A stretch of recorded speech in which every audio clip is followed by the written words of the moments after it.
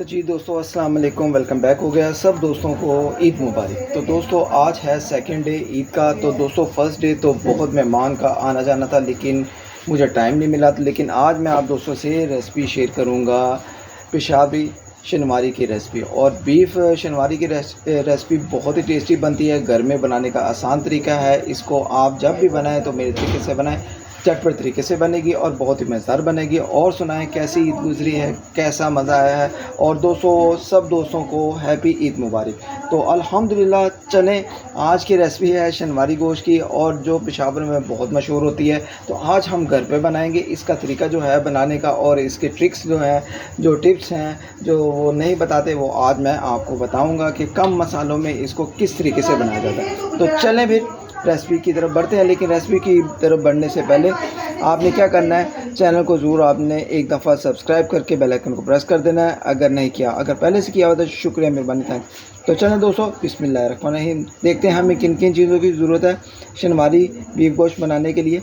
तो दोस्तों यहाँ पर 2 kg मैंने शनवारी के लिए बीफ गोश्त लिया है। इसको अच्छे तरीके से धो के प्रेशर कुकर में डाल दिया है और तकरीबन 1 लीटर पानी डाल दिया है। अब दोस्तों क्या करेंगे, इसमें तकरीबन 3 टेबलस्पून हम अदरक लहसुन हरी मिर्च की पेस्ट डालेंगे। ठीक है, ये ज़रूर डालनी है आपने।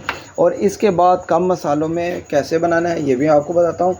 1 टेबलस्पून जाएगा कुटी हुई लाल मिर्च, 1 टेबलस्पून जाएगी कश्मीरी लाल मिर्च, 1 टेबलस्पून जाएगा यहाँ पर नमक जायके के मुताबिक कम या ज़्यादा कर सकते हो आप। ठीक है, यहाँ पर आपने क्या करना है मैं आपको बताता हूँ। तकरीबन 4 से 5 अदद टमाटो की पेस्ट डाल लेनी है, अगर नहीं तो आप साबुत भी डाल सकते हैं। और यहाँ पर दोस्तों क्या करना है, यहाँ पर 202 अदद प्याज को आपने इस तरीके से काट के रख लेना है। ठीक है, और इसके बाद क्या करना है आपने, वो भी मैं आपको बताता हूँ। पहले हम दोस्तों प्रेशर कुकर में बनाएंगे। प्रेशर कुकर में बनाकर फिर हम इसको कढ़ाई में शिफ्ट करेंगे, वो भी मैं आपको तरीका बताऊंगा। यहाँ पर आपने 1 अदरक लेना है, इसको बारीक बारीक इस तरीके से काट के रख लेना है। 2 अदद हरी मिर्चों को इस तरीके से काट के रख लेना है, ये भी मैं आपको बताऊँगा किस तरीके से किस टाइम पर हमने डालना है। तो चलें फिर आगे बढ़ते हैं। तो जी दोस्तों आप क्या करेंगे, यहाँ जो टमाटो की पेस्ट थी, ठीक है, ये हमने डाल देनी है प्रेशर कुकर में। बिस्मिल्लाहिर्रहमानिर्रहीम। ठीक है, सारी चीज़ों को हमने एक साथ डालकर फिर हमने तैयारी शुरू करनी है।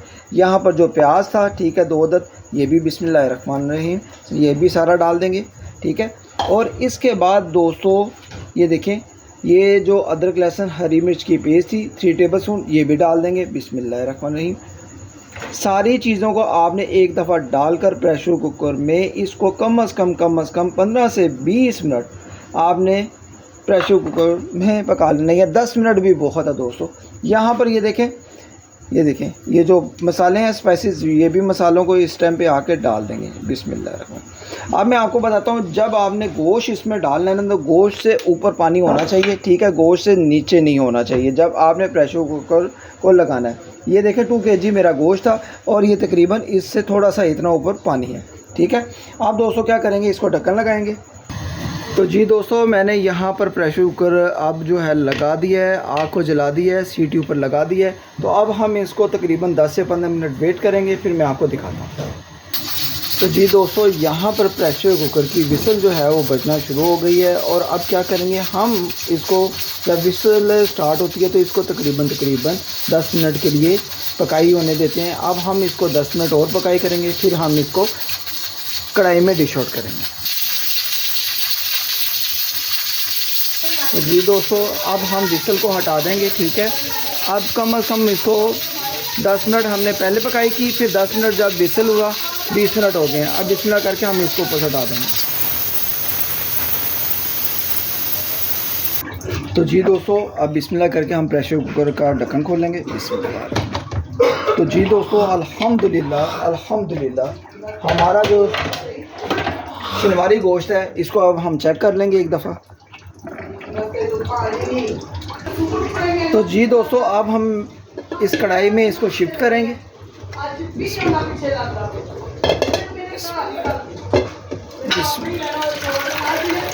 तो ये जो यखनी होगी, इसको यखनी को अगर आप इस्तेमाल करना चाहते हैं तो आप यखनी को सूप की जगह इस्तेमाल भी कर सकते हैं।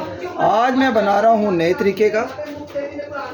तो जी दोस्तों अब मैंने कढ़ाई में इसको, अपनी शनवारी कढ़ाई को जो है ना, मैंने इसमें शिफ्ट कर दिया है। तो बीफ कढ़ाई की जो है ना, अल्हम्दुलिल्लाह बहुत ही कमाल की रेसिपी जो आज की तैयार होगी। तो अब हम इसको कम से कम लाइट आंच पर कम से कम 4 से 5 मिनट पकाएंगे। तो अभी मैं आपको इसकी गोश्त की चेकिंग भी करवाता हूँ कि हमारा गोश्त कैसा तैयार होगा। वो दोस्तों बहुत ही कमाल, एक आधा को पीस पकड़ते हैं तो चेक करते हैं। आजा यार आजा, ये देखें, ये एक आधा पीस पकड़ के हम इसको चेक कर लेंगे। बिस्मिल्लाह। तो जी दोस्तों, यहाँ पर आप देखें बहुत ही कमाल का हमारा गोश्त भी गल गया है। ठीक है, तो प्रेशर कुकर में मैंने कम से कम इसको 20 मिनट मैंने पकाई किया है। 10 मिनट मैंने वैसे पकाई किया था और 10 मिनट मैंने इसको जब मैंने विसल लगाकर, जब विसल लगी थी तो उसके बाद मैंने इसको चलाया था। तो अब दोस्तों हम 5 मिनट के लिए लाइट आंच पर हम कढ़ाई में पकाई कर लेंगे।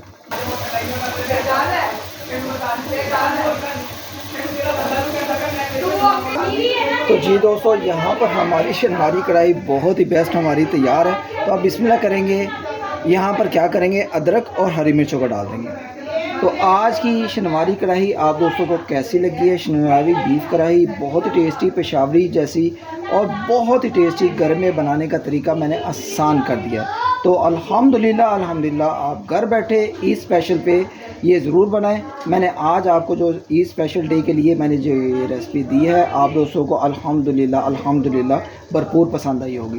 तो इंशाल्लाह आज की रेसिपी को ज़रूर एंजॉय करें और इसको ज़रूर ट्राई करें और मुझे फीडबैक भी दें। इंशाल्लाह नेक्स्ट रेसिपी में मुलाकात होती है। ओके, लव यू ऑल, अल्लाह हाफ़िज़।